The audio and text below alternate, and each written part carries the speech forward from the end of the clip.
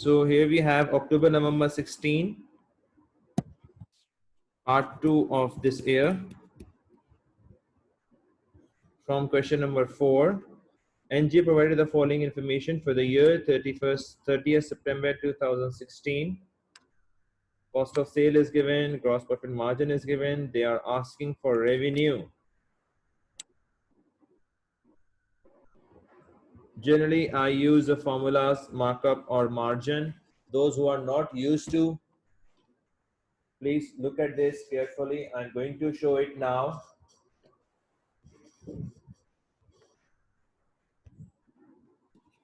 There are other alternate also. Markup formula, S is equals to C into 1 plus I, and margin formula, C is equals to S into 1 minus I, where S represents net sales or revenue. C represents cost of sales, and I is a percentage of profit.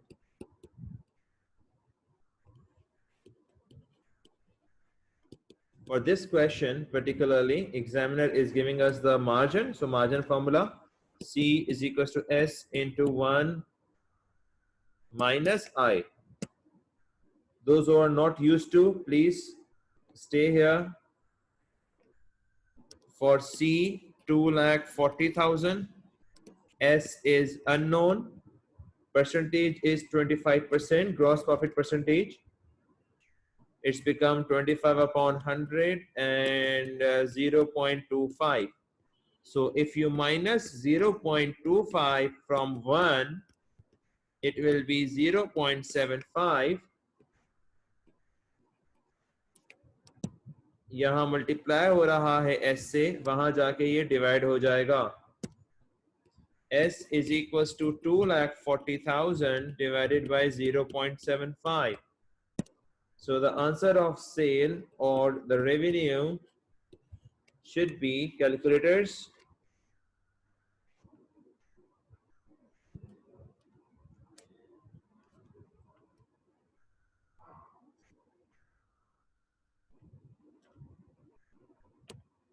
3,20,000. Total sales are 3,20,000. And you have to show the calculations. The same calculation you may drag here.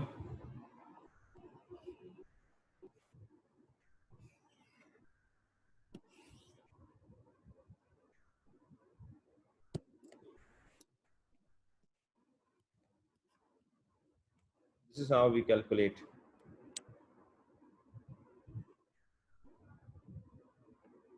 There are other alternates also.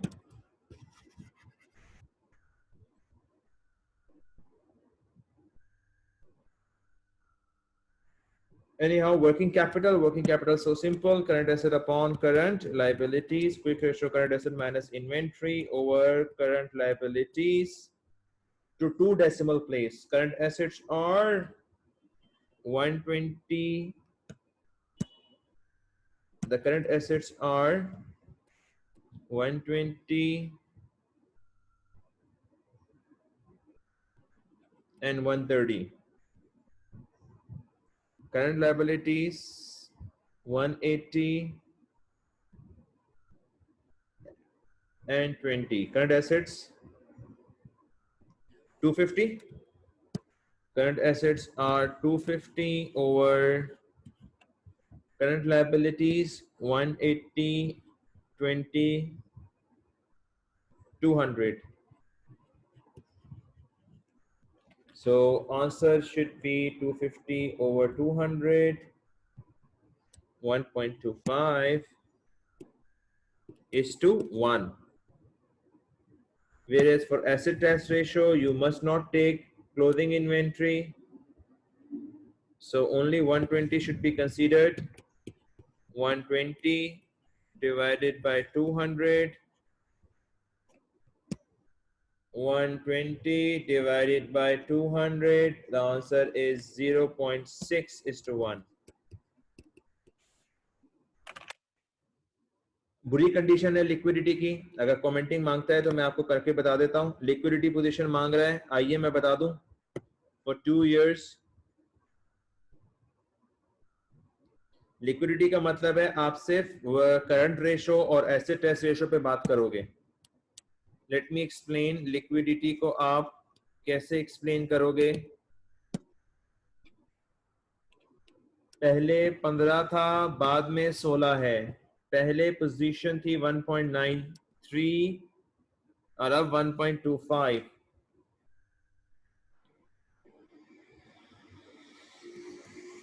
Liquidity from 2015, liquidity दोनों सालों का पूछा है तो मैं दोनों सालों को बता। लिक्विडिटी ऑफ 2015 वाज एडिक्वेट, यानी रीजनेबल थी, बेहतर थी।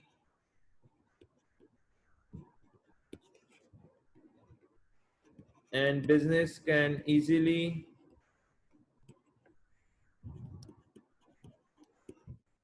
पे ऑफ current debts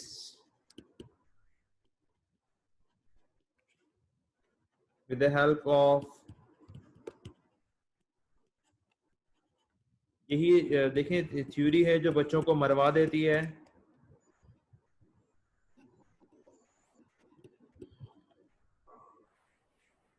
तो मैं ये आपको करके बता रहा हूँ रेशोज। हालांकि कैलकुलेट करना बच्चों को बड़ा मजा आता है, इजी लगता है, लेकिन थ्योरी ज्यादा मार्क्स की भी आती है।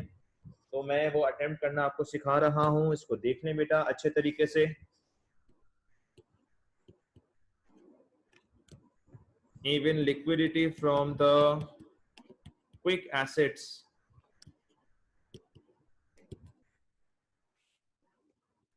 एक क्विक एसेट कैसे कहते हैं बेटा, अदर देन इन्वेंट्री को। Inventory is a hard to convert into cash, तो इसलिए उसे क्विक एसेट नहीं समझते।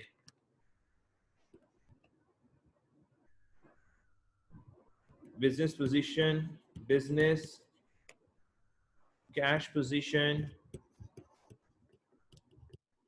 was comfortable,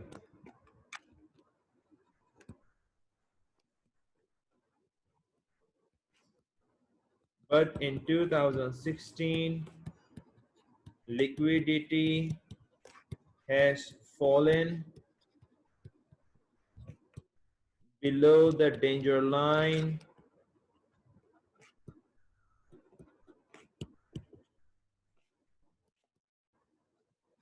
and business may not be able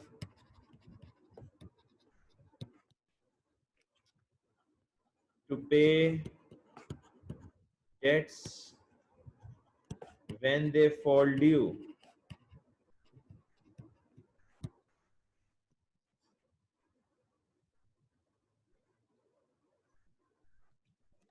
Liquidity is less than, liquidity ratio is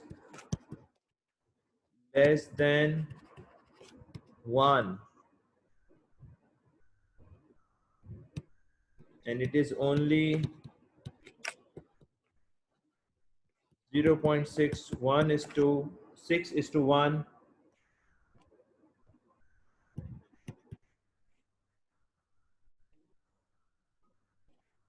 which shows the business may, मैं कुछ ज्यादा लिखा रहा हूँ, जाहिर है आप सब कुछ याद नहीं रख पाओगे, तो इसमें से अगर आप 70-75% भी लिख दोगे तो आपको मार्क्स पूरे मिल जाएंगे। तो इसलिए टीचर जो है वो ज्यादा बात लिखवाते हैं कि बच्चों के पास ज्यादा पॉइंट्स होने चाहिए। एग्जाम में अगर 1-2 पॉइंट मिस भी हो गए, कोई 2-4 वर्ड्स अगर मिस आउट भी हो गए जिससे सेंटेंस ना बन रहा हो, तो रिमेनिंग स्टफ उसके पास रहना चाहिए। इनफ मटेरियल बच्चे के पास होना चाहिए which shows business may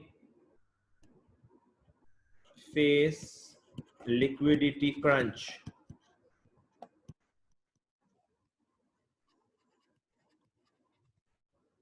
ये वर्ड्स, ये इंपॉर्टेंट टर्मिनोलॉजीज याद रखिएगा।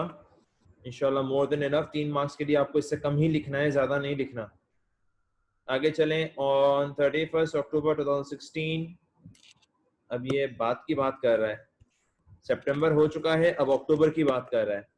अब अक्टूबर के अंदर वो क्या, अपना अक्टूबर का मंथ खत्म हो गया, NG had 15,000 in his business bank account. He is considering ways to further improve his working capital. Sell 15,000 non-current assets for cash. इससे क्या होगा, करंट एसेट बढ़ेगा, करंट लायबिलिटी पे कोई फर्क नहीं पड़ेगा, वर्किंग कैपिटल इंप्रूव होगा। So complete the table below by showing the impact on working capital. Working capital सबको पता है current asset minus current liabilities होता है। तो पहले करंट एसेट का इम्पैक्ट बताओ, फिर करंट लायबिलिटी का इम्पैक्ट बताओ, इस तरह आपको पूरा करना है। इसको खुद कीजिएगा, इसको मैं एक करवा देता हूँ आपको। Point number 2, introduce additional capital of 10,000 consisting 5,000 in cash and 5,000 in non-current assets. तो आपके बढ़ रहे हैं 5,000 in cash. There is no effect on current liability. Overall plus में इम्पैक्ट आएगा 5,000 in working capital.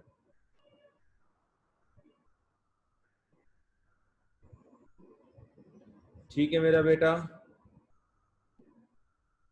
इंशाल्लाह ताला आपको इसे घर पे सॉल्व कीजिएगा। इसे बाकी चीज़ों में क्या क्या इम्पैक्ट आ रहा है करंट एसेट पे, करंट लायबिलिटी पे। आइए question number 5। This question number 5 belongs to partnership. Partnership is the association of two or more persons who share their investment, finance, responsibilities, risk, and finally they have to share profit or loss. Aye, Lee Yang are in partner, sharing the profit and losses in the ratio of 3:2. Interest on capital 4%, interest on drawing 10%, salaries 8,000 and 5,000. Interest on capital भी है, interest on drawings भी है, appropriation में भी आती हैं ये चीजें, करंट अकाउंट में भी आती हैं ये चीजें। पहले आप नॉर्मल तरीके से इनकम स्टेटमेंट बनाओगे, मैं इसको ब्रीफ कर देता हूं। पहले आप नॉर्मल तरीके से अपनी इनकम स्टेटमेंट बनाओगे, पूरी इनकम स्टेटमेंट आप बनाकर अपना प्रॉफिट कैलकुलेट करोगे। प्रॉफिट आने के बाद आपका नेक्स्ट स्टेप होगा appropriation account.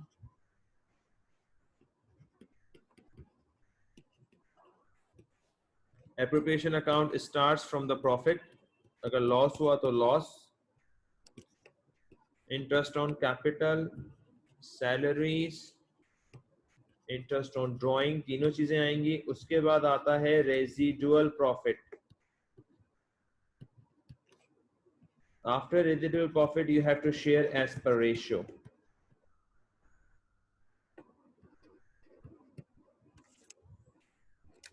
Then you are supposed to make partners current account.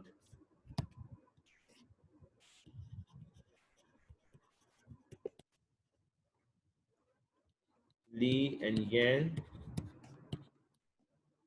जो कुछ करंट एप्रोप्रिएशन में आता है वो सब करंट अकाउंट में आता है। For example, interest on capital, salary we are giving, they all to be credit, and interest on drawing to be debit. ये चारों चीजें जो ऊपर लिखी थी वो चारों चीजें यहाँ पर आ गई, और एक एक्स्ट्रा चीज आती है, that is drawings.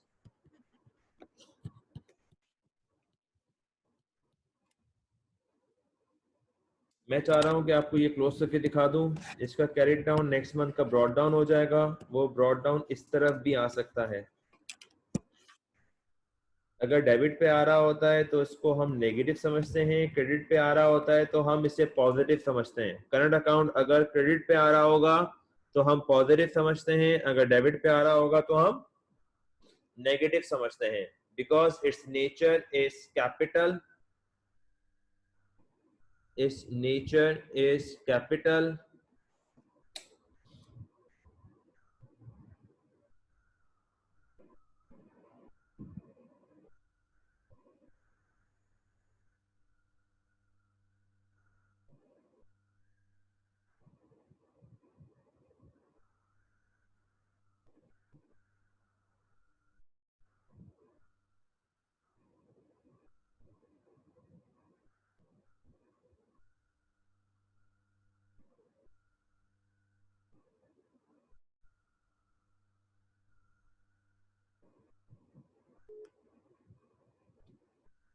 So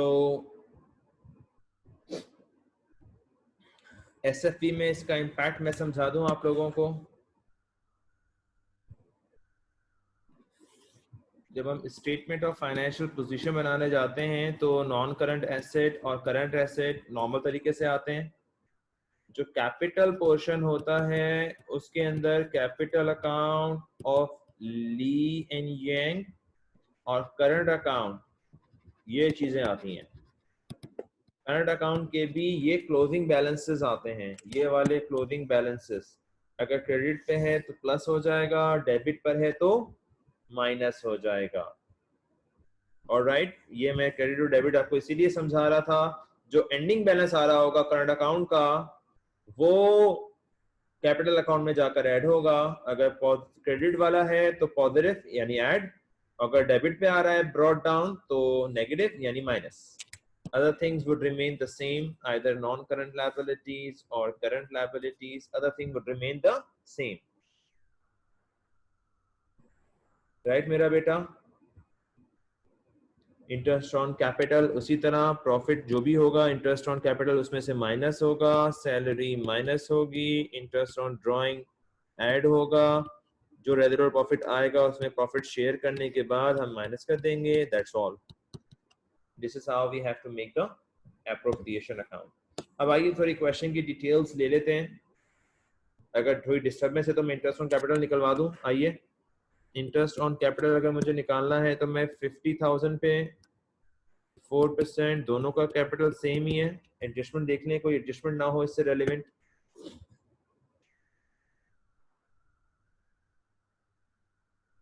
no sir, capital से रेलेवेंट कोई एडजस्टमेंट नहीं है, तो हम सीधा सीधा 4%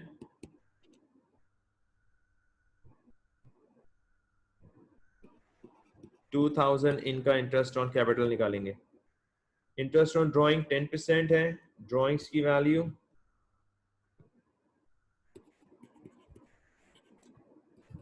10% कैलकुलेट करेंगे, दैट इज 1500 एंड 900। अब कोई एडजस्टमेंट ना हो इसकी, देख लेंगे इंशाल्लाह। सैलरीज एज इट इज आ जाएंगी 8 and 5,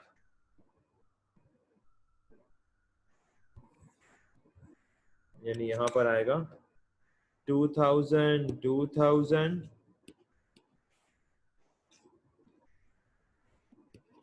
8,000 and 5,000। ऑलराइट, और आखिरी वाले कॉलम में इसका टोटल आ रहा होगा।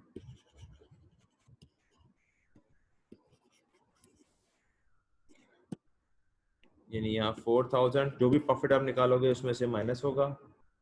यहाँ पर 13,000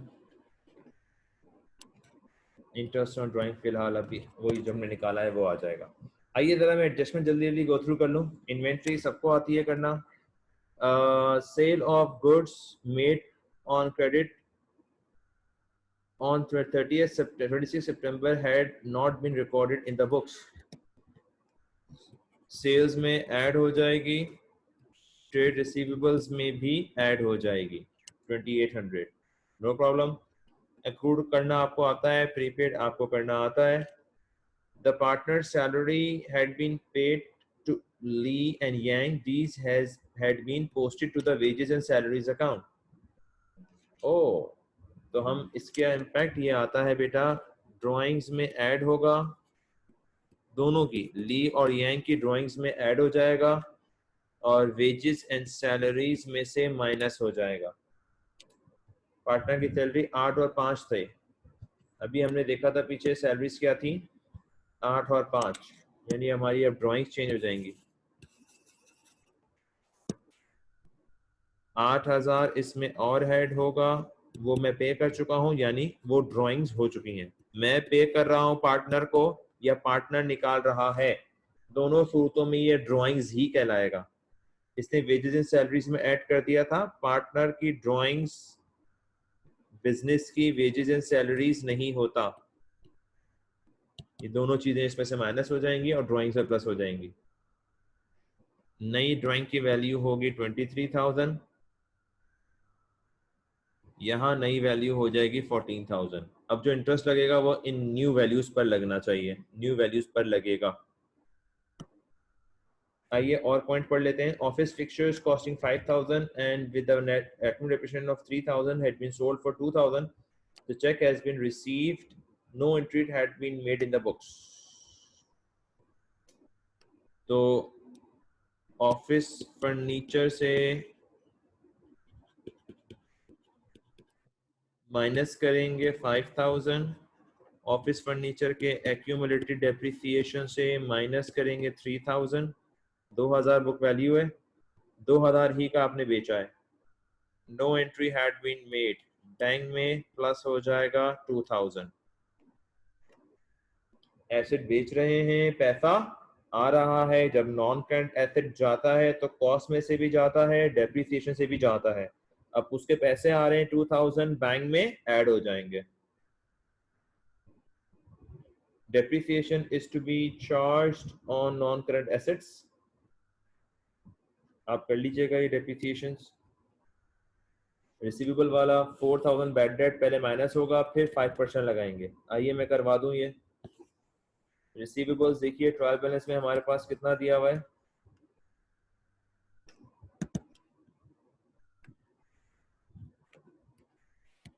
69,200। इसमें से 4,000 का बैड डेट है, पहले 4,000 इसमें से माइनस कर दीजिए, 65,200 हो जाएगा। Then we have to apply the provision for doubtful debt percentage which is 5%। 65,200 पर हम लोग अप्लाई करेंगे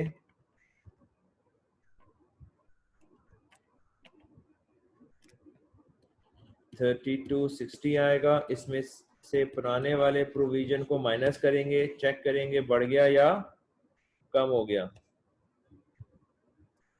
पुराना वाला प्रोविजन 2000 था, इसका मतलब हमारा इस साल 1260 इंक्रीज हो रहा है।